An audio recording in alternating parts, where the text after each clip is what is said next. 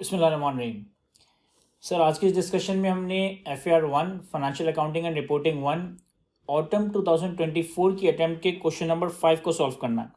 Autumn 2024 की attempt का question number 5 FAR 1 के topic IAS 8 that is accounting policies, changes in accounting estimate और error के topic से पर्टेन करता है। IAS 8 से बेसिकली ये सवाल पूछा गया है और 8 मार्क की वेटेज इस सवाल की। IAS 8 के साथ साथ इसमें थोड़ा बहुत IAS 40 और IAS 16 की इम्प्लीकेशंस भी हम देख रहे होंगे। तो रीड करते हैं और सॉल्व करते हैं। लेकिन अगेन, अगर आप लोग ये पास पेपर का क्वेश्चन पहली बार देख रहे हैं तो आपके लिए हरगिज़ रिकमेंडेड नहीं है कि आप डायरेक्टली इसका वीडियो सोल्यूशन देखें। आपने पहले इस सवाल को खुद से अटैम्प्ट करने की कोशिश करनी है और खुद से अटैम्प्ट करने के बाद फिर आपने इसका सोल्यूशन रेफर करना है। तो अगर आप पहली बार इस तरह का सवाल देख रहे हैं तो आपके लिए रिकमेंडेड है कि आप पहले इस सवाल को खुद से अटैम्प्ट करें। एनीवे, रीड करते हैं और सॉल्व करते हैं। इससे कहता है, Pipri limited constructed a warehouse at a cost of 102 million, which was completed on 30th June 2022. The warehouse has a useful life of 12 years.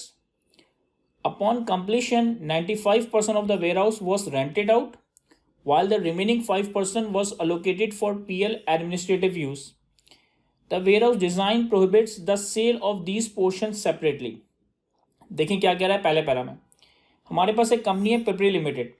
इन्होंने एक वेयरहाउस कंस्ट्रक्ट किया, 102 मिलियन की इसकी कॉस्ट है और 30 जून 2022 पे इसकी कंस्ट्रक्शन कंप्लीट हो गई। इस वेयरहाउस की यूजफुल लाइफ 12 साल है। कंप्लीशन पे 95% वेयरहाउस हमने रेंट आउट कर दिया और 5% वेयरहाउस हमने अपने एडमिनिस्ट्रेटिव यूज में रखा है। यानी कि बेसिकली यहाँ पे partially rented out, partially owner occupied property का कॉन्सेप्ट अप्लाई हो रहा है। हमने IAS 40 इन्वेस्टमेंट प्रॉपर्टी के स्टैंडर्ड के अंदर एक कॉन्सेप्ट कवर किया कि अगर आप एक प्रॉपर्टी पार्शली रेंट आउट कर दो और पार्शली अपने सेल्फ यूज में रखो तो इसे किस तरह से अकाउंट फॉर किया जाता है। अब IAS 40 में कॉन्सेप्ट ये है कि अगर एक Imon property partially rent out की जा रही है और पार्शली अपने सेल्फ यूज में रखी जा रही है, तो सबसे पहले हम ये देखते हैं कि ये जो पोर्शंस रेंट आउट किए गए और अपने सेल्फ यूज में रखे गए, क्या ये पोर्शन सेपरेटली सेल हो सकते हैं? क्या ये पोर्शन सेपरेटली सेल हो सकते हैं? अगर तो ये पोर्शन सेपरेटली सेल हो सकते हैं तो फिर जो पोर्शन हमने रेंट आउट किया है इसमें हम IAS 40 इन्वेस्टमेंट प्रॉपर्टी के स्टैंडर्ड अप्लाई करेंगे और जो पोर्शन हमने अपने सेल्फ यूज में रखा है इसमें हम IAS 16 property plan and equipment का स्टैंडर्ड अप्लाई कर रहे होंगे।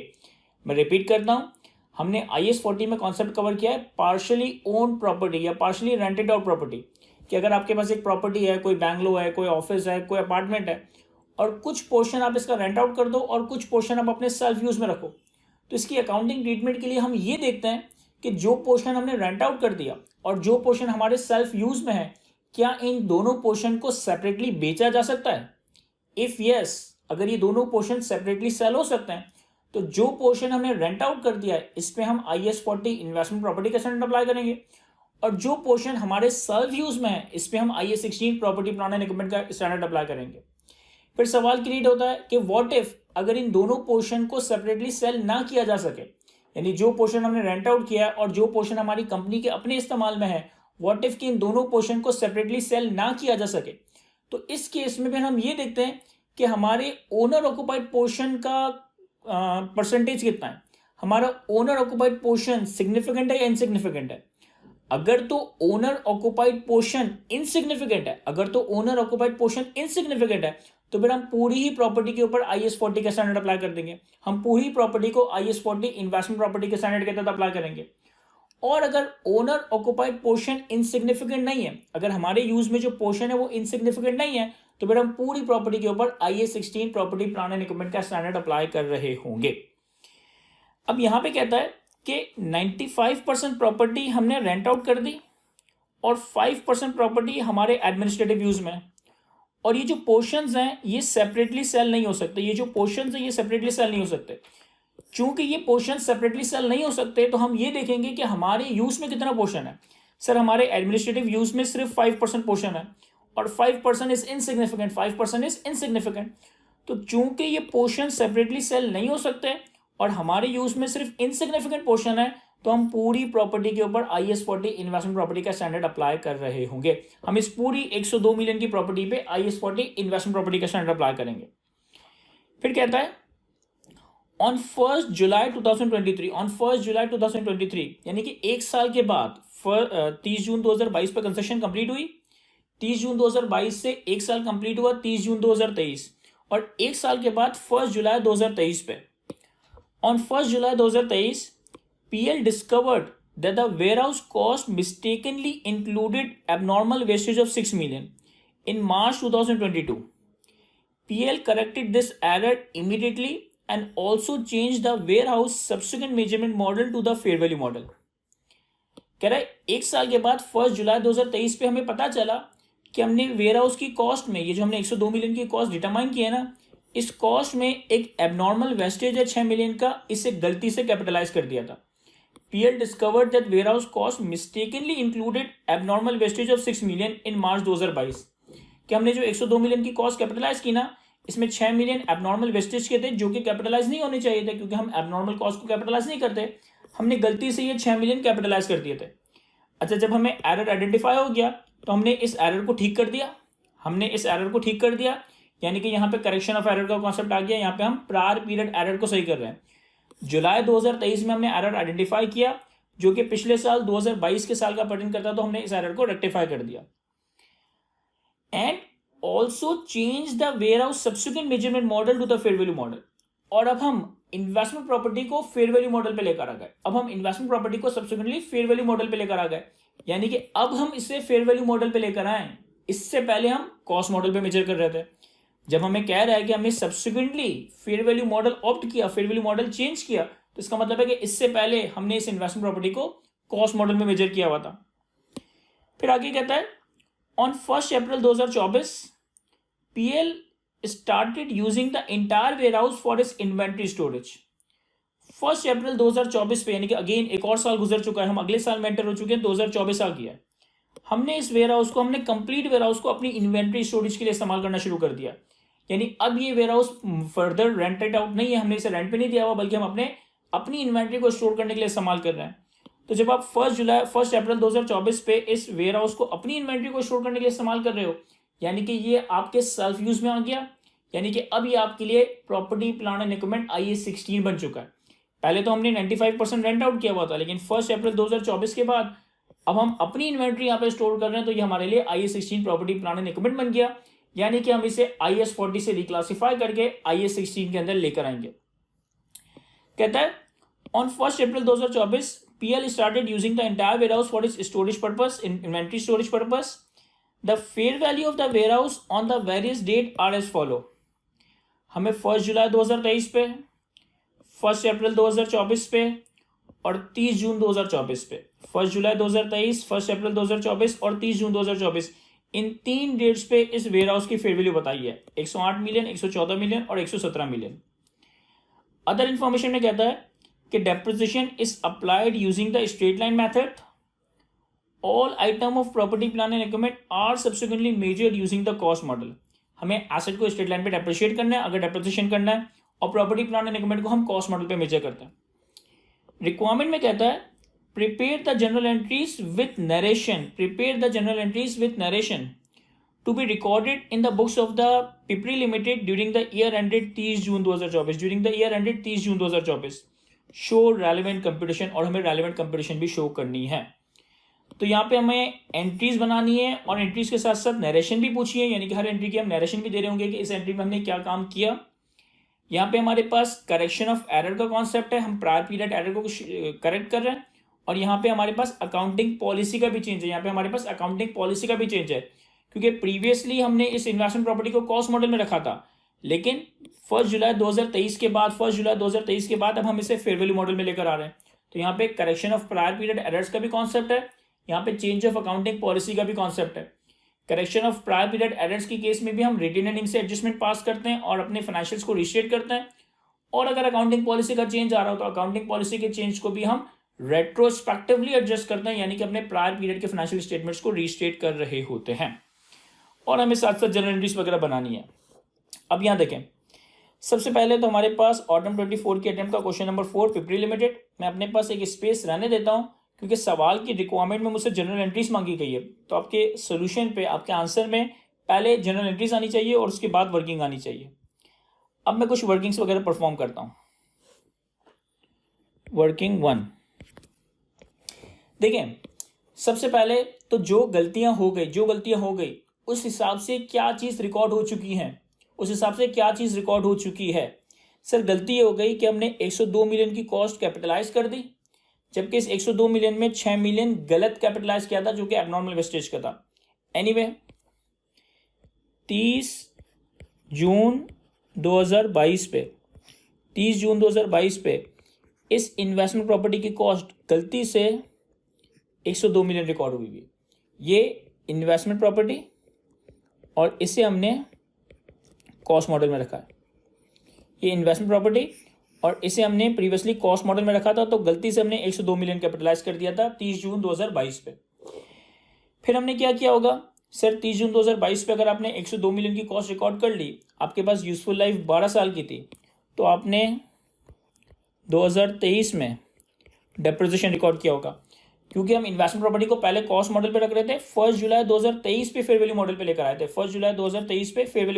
आए थे, तो आपने 2023 का डेप्रिसिएशन रिकॉर्ड किया होगा।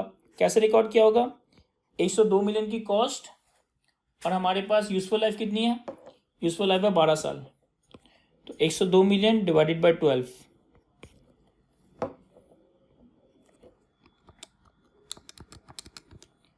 ये आ जाएगा हमारे पास 8.5। हमने 8.5 का डेप्रिसिएशन रिकॉर्ड करने के बाद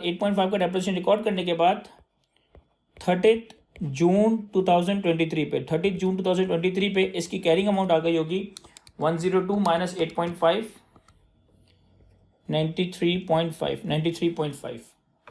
अब ये जो काम हमने कर दिया है ना, इसमें हमने कॉस्ट गलत रिकॉर्ड की है। क्योंकि 6 मिलियन एबनॉर्मल वेस्टेज के थे जो कि कैपिटलाइज नहीं होने चाहिए थे। जब कॉस्ट गलत रिकॉर्ड कर दिया तो 2023 का डेप्रिसिएशन भी गलत रिकॉर्ड कर दिया। जब कॉस्ट गलत रिकॉर्ड कर दिया तो 2023 का डेप्रिसिएशन भी गलत रिकॉर्ड कर दिया। तो अब हमारी करेक्ट वर्किंग क्या होनी चाहिए थी? अब हमारी इन्वेस्टमेंट प्रॉपर्टी कॉस्ट मॉडल में ही करेक्ट वर्किंग क्या होनी चाहिए थी?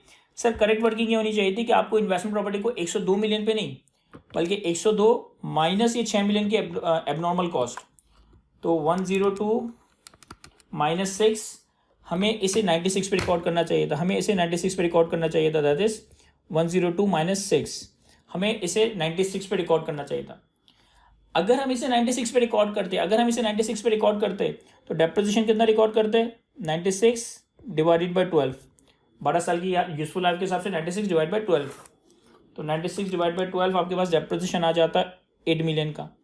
और 8 मिलियन के डेप्रिसिएशन के बाद 30 जून 2023 पे हमारे पास कैरिंग वैल्यू बनती है 96 माइनस 8, 88 मिलियन। ये काम होना चाहिए था। इस इन्वेस्टमेंट प्रॉपर्टी को 96 पे रिकॉर्ड होना चाहिए था। इस इन्वेस्टमेंट प्रॉपर्टी पे 8 रुपए का डेप्रिसिएशन रिकॉर्ड होना चाहिए था और इस इन्वेस्टमेंट प्रॉपर्टी की कैरिंग वैल्यू 88 होनी चाहिए थी। हमने गलती से कॉस्ट 102 मिलियन रिकॉर्ड कर ली। हमने गलती से इस 102 को डेप्रिशिएट किया तो 8.5 का डेप्रिसिएशन रिकॉर्ड कर लिया और हमारे पास इस एसेट की कैरिंग वैल्यू 93.5 आ गई है। हम कौन से साल में बैठे हुए हैं? सर हम बैठे हुए हैं 30 जून 2024 के साल में। 2024 के साल में। और ये गलतियां हमसे कब हुई हैं? सर ये गलतियां हुई हैं हमसे 2023 में, पिछले साल। बल्कि एसिड की कॉस्ट तो हमने 2022 में गलत रिकॉर्ड कर ली थी। एसिड तो हमारे पास 2022 से है, हमने एसिड की कॉस्ट को 2022 में ही गलत रिकॉर्ड कर लिया था। अब इसे हम ठीक करते हैं। देखिए ठीक करेंगे तो सबसे पहले क्या करेंगे? 102 पे इन्वेस्टमेंट प्रॉपर्टी को रिकॉर्ड किया है जबकि 96 पे रिकॉर्ड होना चाहिए था। 102 पे इन्वेस्टमेंट प्रॉपर्टी को रिकॉर्ड किया जबकि 96 पे ये इन्वेस्टमेंट प्रॉपर्टी रिकॉर्ड होना चाहिए था। आपकी रेक्टिफिकेशन एंट्री क्या होगी? 1 जुलाई 2023 पे। 1 जुलाई 2023 पे क्यों? क्योंकि मैं करंट ईयर के, हमारा करंट ईयर कौन सा है? करंट ईयर हमारा 30 जून 2024 है। 1 जुलाई 23 से लेकर 30 जून 2024, करंट ईयर के पहले दिन अपनी गलतियां सुधार रहा हूं। करंट ईयर के पहले दिन अपनी रेक्टिफिकेशन एंट्रीज कर रहा हूं। तो पहले दिन हम रिटेन अर्निंग्स डेबिट और इन्वेस्टमेंट प्रॉपर्टी क्रेडिट कर देंगे। पहले दिन हम retained earnings debit, investment property credit कर देंगे। कितने से? 6 मिलियन से। ये 6 मिलियन कौन सा है? सर ये 6 मिलियन जो एबनॉर्मल वेस्टेज थी, जो हमने गलती से कैपिटलाइज कर दी थी, जो एबनॉर्मल वेस्टेज थी 6 मिलियन की, जो हमने गलती से कैपिटलाइज कर दी थी, अगर हम इसे एक्सपेंस आउट करते तो हम एबनॉर्मल लॉस पीएनएल में डेबिट करते, हम एबनॉर्मल लॉस पीएनएल में डेबिट करते और इन्वेस्टमेंट प्रॉपर्टी 6 मिलियन से कम रिकॉर्ड होता, और इन्वेस्टमेंट प्रॉपर्टी 6 मिलियन से कम रिकॉर्ड होता। तो चूंकि मैं रेक्टिफिकेशन ऑफ एरर कर रहा हूँ, रेट्रोस्पेक्टिव रेक्टिफिकेशन ऑफ एरर कर रहा हूँ, तो अब मैं ऑपरेटिंग लॉसेस या एबनॉर्मल लॉसेस डेबिट नहीं कर रहा, बल्कि अपनी रिटेन अर्निंग्स डेबिट करके इन्वेस्टमेंट प्रॉपर्टी को करेक्ट कर दिया है। और इसको मैं नरेशन क्या लिख दूंगा, इन्होंने हमसे सवाल में कहा है कि हमें नरेशन भी प्रेजेंट करनी है, तो हम यहाँ पे नरेशन लिख देंगे, टू रिकॉर्ड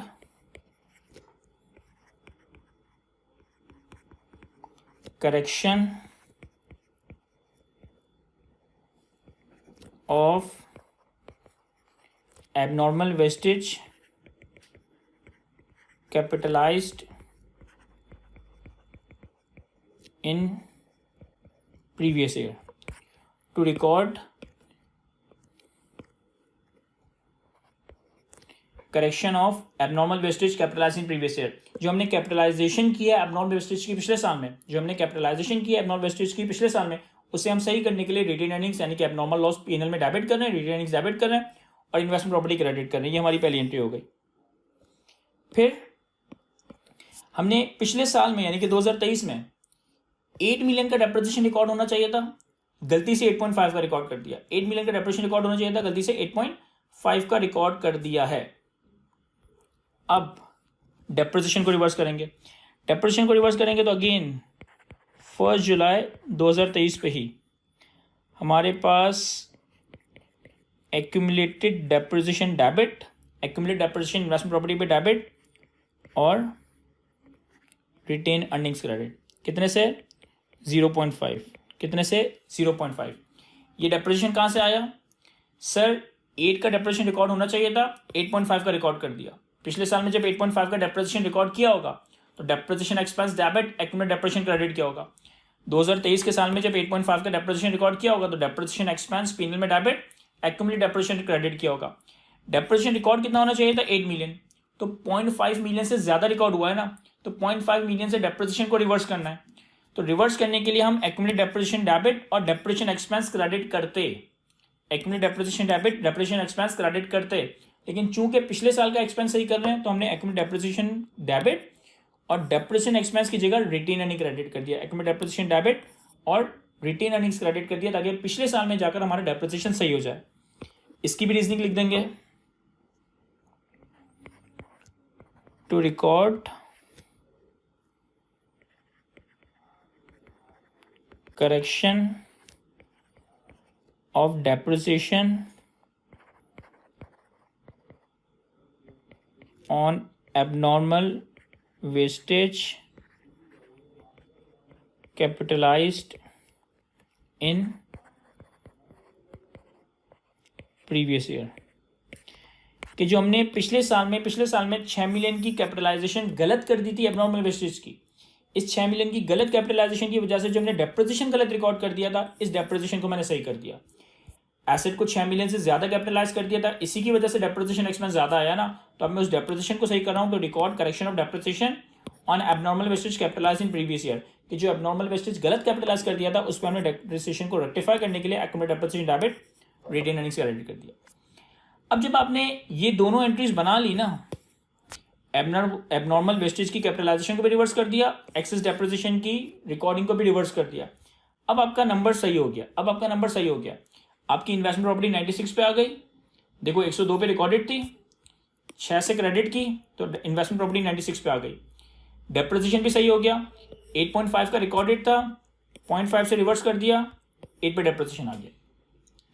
अब क्या हुआ कि एरर तो रेक्टिफाई हो गया, एरर तो रेक्टिफाई हो गया, लेकिन अब हम अपनी इन्वेस्टमेंट प्रॉपर्टी को फेयर वैल्यू मॉडल पे लाना चाहते हैं। अब हम अपनी इन्वेस्टमेंट प्रॉपर्टी को फेयर वैल्यू मॉडल पे लाना चाहते हैं। ये जो आप इन्वेस्टमेंट प्रॉपर्टी को सब्सिक्वेंटली फेयर वैल्यू मॉडल पे लाओगे, ये चेंज ऑफ अकाउंटिंग पॉलिसी है, ये चेंज ऑफ अकाउंटिंग पॉलिसी है। क्यों? क्योंकि कंपनी की मर्जी है ना, इन्वेस्टमेंट प्रॉपर्टी को कॉस्ट मॉडल में रखना है या फेयर वैल्यू मॉडल में रखना है, ये कंपनी की मर्जी है। तो जहां पे हमारे पास ऑप्शन हो, ये मैटर ऑफ अकाउंटिंग पॉलिसी है। पहले हमने इन्वेस्टमेंट प्रॉपर्टी को कॉस्ट मॉडल में रखा था, अब हम इसे फेयर वैल्यू मॉडल में लेके जाना चाहते हैं, यानी कि हम अपनी अकाउंटिंग पॉलिसी को चेंज कर रहे हैं। यानी कि इस अकाउंटिंग पॉलिसी के चेंज को हमें रेट्रोस्पेक्टिवली अप्लाई करना पड़ेगा। हम इसकी रेट्रोस्पेक्टिव एप्लीकेशन कर रहे होंगे।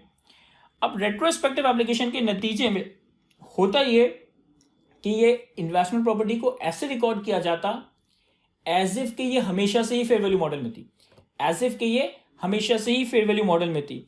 तो अगर ये इन्वेस्टमेंट प्रॉपर्टी हमेशा से ही फेयर वैल्यू मॉडल में होती, अगर ये इन्वेस्टमेंट प्रॉपर्टी हमेशा से ही फेयर वैल्यू मॉडल में होती, तो हम इसकी कॉस्ट 96 रिकॉर्ड करते हैं, हम इसकी कॉस्ट 96 रिकॉर्ड करते हैं, फिर इस पर कोई डेप्रिसिएशन रिकॉर्ड नहीं करते, फिर इस पर कोई डेप्रिसिएशन रिकॉर्ड नहीं करते, और 30 जून 2023 पे इस प्रॉपर्टी को फेयर वैल्यू पे लेकर आते हैं। अगर ये प्रॉपर्टी हमेशा से ही फेयर वैल्यू मॉडल पे होती तो कॉस्ट 96 पे रिकॉर्ड होती, लेकिन 30 जून 2023 पे इसे फेयर वैल्यू पे लाया जाता। 30 जून 2023 पे फेयर वैल्यू कितनी है सर? 30 जून 2023 पे तो नहीं, 1 जुलाई 23 पे। 1 July 23 is as good as 30 June 2023। 1 July 2023 is as good as 30 June 2023। 30 June 2023 पे हमारे पास फेयर वैल्यू अवेलेबल है सवाल में 108 मिलियन, यानी कि फेयर वैल्यू मॉडल में इस प्रॉपर्टी को 30 जून 2023 पे 108 मिलियन पे होना चाहिए था। 30 जून 2023 पे 108 मिलियन पे होना चाहिए था। और अगर 96 की प्रॉपर्टी को 108 पे लाना है तो फेयर वैल्यू गेन कितना रिकॉर्ड होना चाहिए था? अगर मैं बैलेंसिंग कैलकुलेट करूं तो 108 माइनस 96 ये आ जाएगा 12। पहले एसेट को कॉस्ट मॉडल में रिकॉर्ड किया, वो भी गलत रिकॉर्ड किया। फिर हमने इसको सही करने के लिए ये 2 करेक्टिंग एंट्रीज बना दी, रेक्टिफिकेशन एंट्रीज बना दी। अब हम पॉलिसी को चेंज कर रहे हैं। जब पॉलिसी को चेंज कर रहे हैं तो फेयर वैल्यू मॉडल में जा रहे हैं। अगर फेयर वैल्यू मॉडल में होते तो ये एसेट 96 पे ही रिकॉर्ड होता, लेकिन इस पे ये जो 8 रुपए का डेप्रिसिएशन रिकॉर्ड हो चुका है, इस पे जो 8 रुपए का डेप्रिसिएशन रिकॉर्ड हो चुका है, ये रिकॉर्ड नहीं होता। और इस 8 रुपए के डेप्रिसिएशन के अगेंस्ट 12 रुपए का फेयर वैल्यू गेन रिकॉर्ड होता।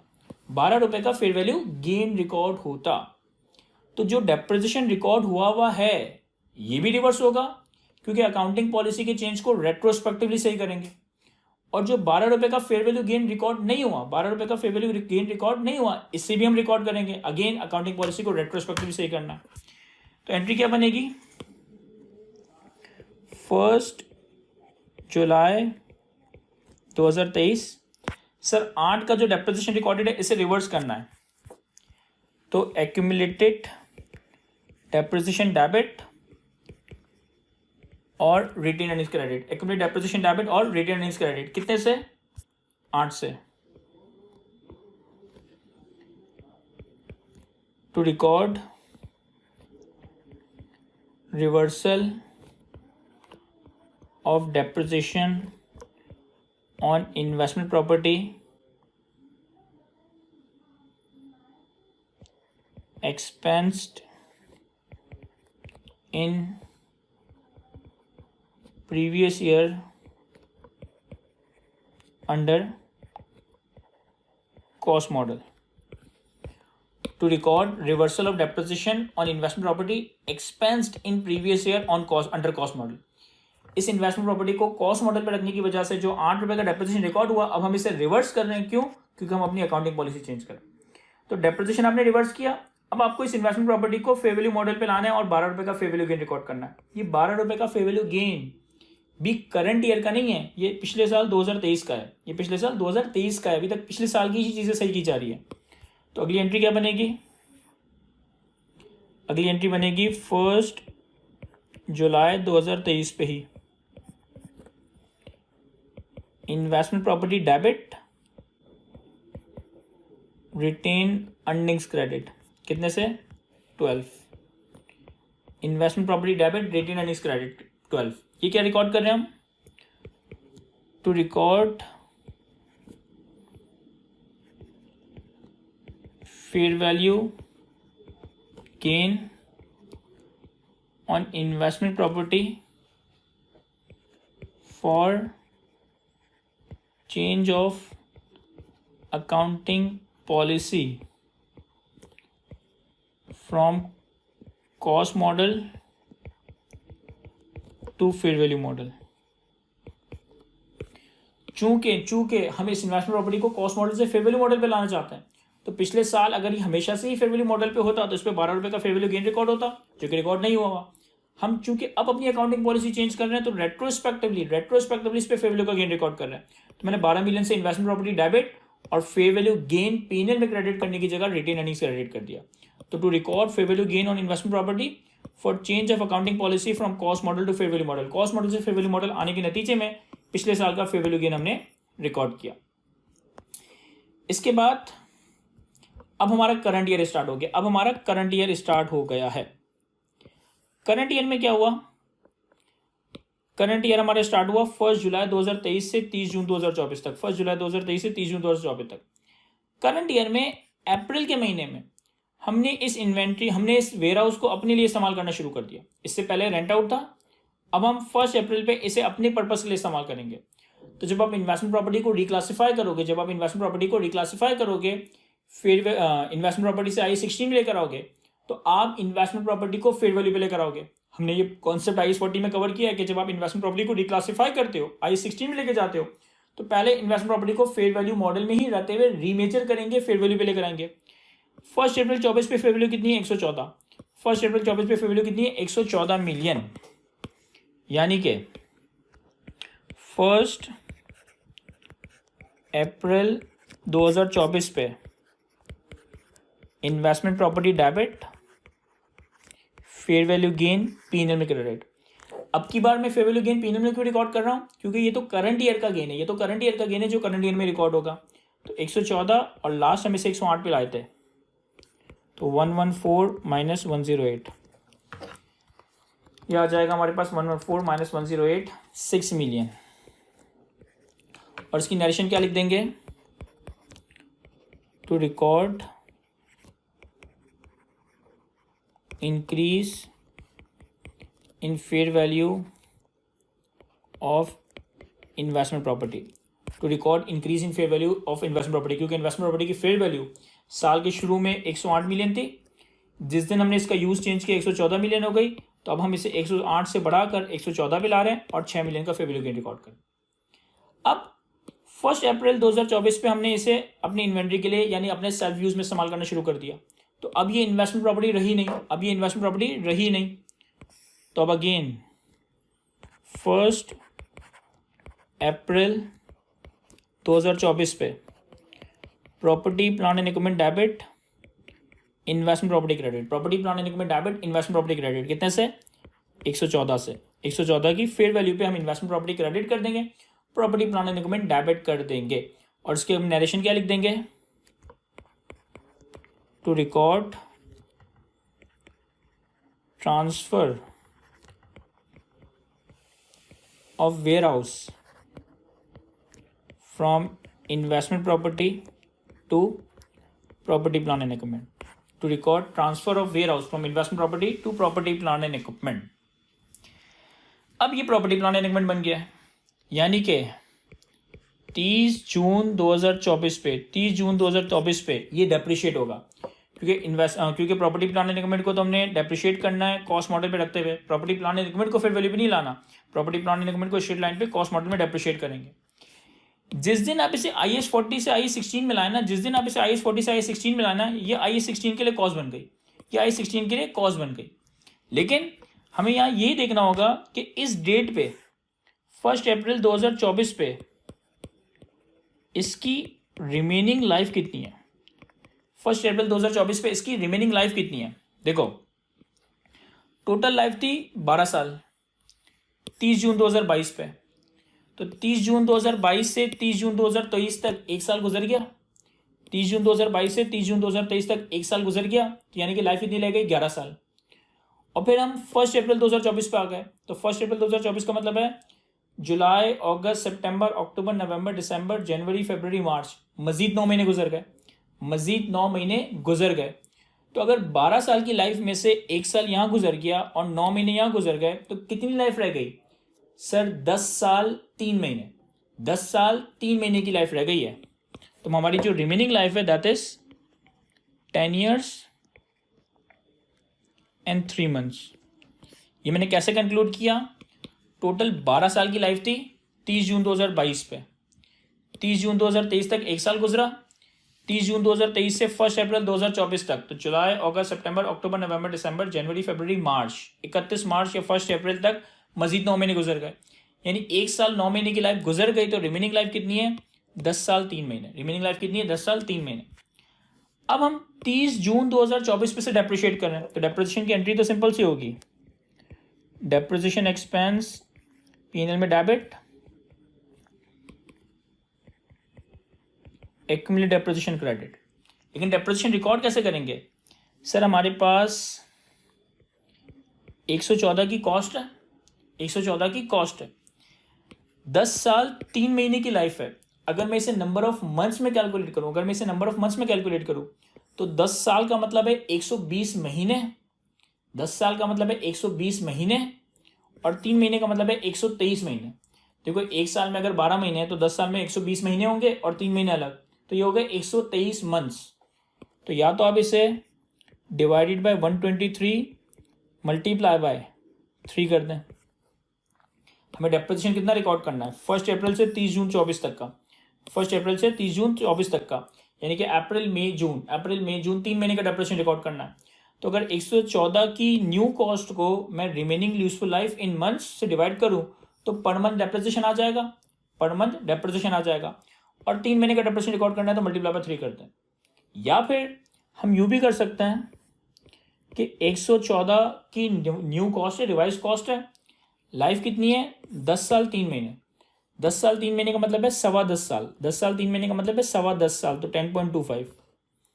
जब आप इसे 10.25 से डिवाइड करोगे, 10.25 साल की लाइफ से डिवाइड करोगे, तो आपके पास 1 साल का डेप्रिसिएशन आएगा, आपके पास 1 साल का डेप्रिसिएशन आएगा, और आपको चाहिए 3 महीने का डेप्रिसिएशन, तो मल्टीप्लाई बाय 3/12 कर दें, मल्टीप्लाई बाय 3/12 कर दें। दोनों तरीके से कैलकुलेट करता हूँ, सेम आ रहा है। 114 डिवाइडेड बाय 123 मल्टीप्लाई बाय 3, ये आ रहा है हमारे पास 2.78। और दूसरी तरीके से अगर कैलकुलेट करें, 114 डिवाइडेड बाय 10.25 मल्टीप्लाई बाय 3/12, ये भी आ रहा है हमारे पास 2.78। तो ये हमारे पास 3 महीनों का डेप्रिसिएशन आ गया, ये हमारे पास 3 महीनों का डेप्रिसिएशन आ गया। तो इसकी भी नरेशन लिख देते हैं, to record depreciation on property plant and equipment at year end, to record depreciation on property plant and equipment at year end. तो यहाँ तक हमारा ये सवाल कंप्लीट हुआ जाता है। पहले हमने एरर्स को रेक्टिफाई किया, फिर हमने चेंज ऑफ अकाउंटिंग पॉलिसी को अकाउंट फॉर किया, फिर हमने करंट ईयर में इन्वेस्टमेंट प्रॉपर्टी पे फेयर वैल्यू गेन रिकॉर्ड किया, फिर हम इस इन्वेस्टमेंट प्रॉपर्टी को IAS 16 property plant and equipment में लेकर आए, और फिर साल के आखिर में हमने प्रॉपर्टी प्लांट एंड इक्विपमेंट पे डेप्रिसिएशन रिकॉर्ड कर दिया है। तो बजाय तो ये 8 मार्क का सवाल है, लेकिन इतना ईजी सवाल नहीं है, काफ़ी चैलेंजिंग सवाल है। इस सवाल में IAS 16 का करेक्शन, IAS 8 का करेक्शन ऑफ प्रायर ईयर का कॉन्सेप्ट है। इस सवाल में IAS 8 का चेंज ऑफ अकाउंटिंग पॉलिसी का कॉन्सेप्ट है। इस सवाल में IAS 40 इन्वेस्टमेंट प्रॉपर्टी के कॉन्सेप्ट है। इस सवाल में IAS 16 property plant and equipment का कॉन्सेप्ट है। यानी कि 3 स्टैंडर्ड से मिला जुला कर ये 8 मार्क का सवाल पूछा गया है। आई होप कि मैं इसे अच्छे से एक्सप्लेन कर सका हूँ। आज की गुफ्तगू को यहीं तक रखते हैं। Thank you.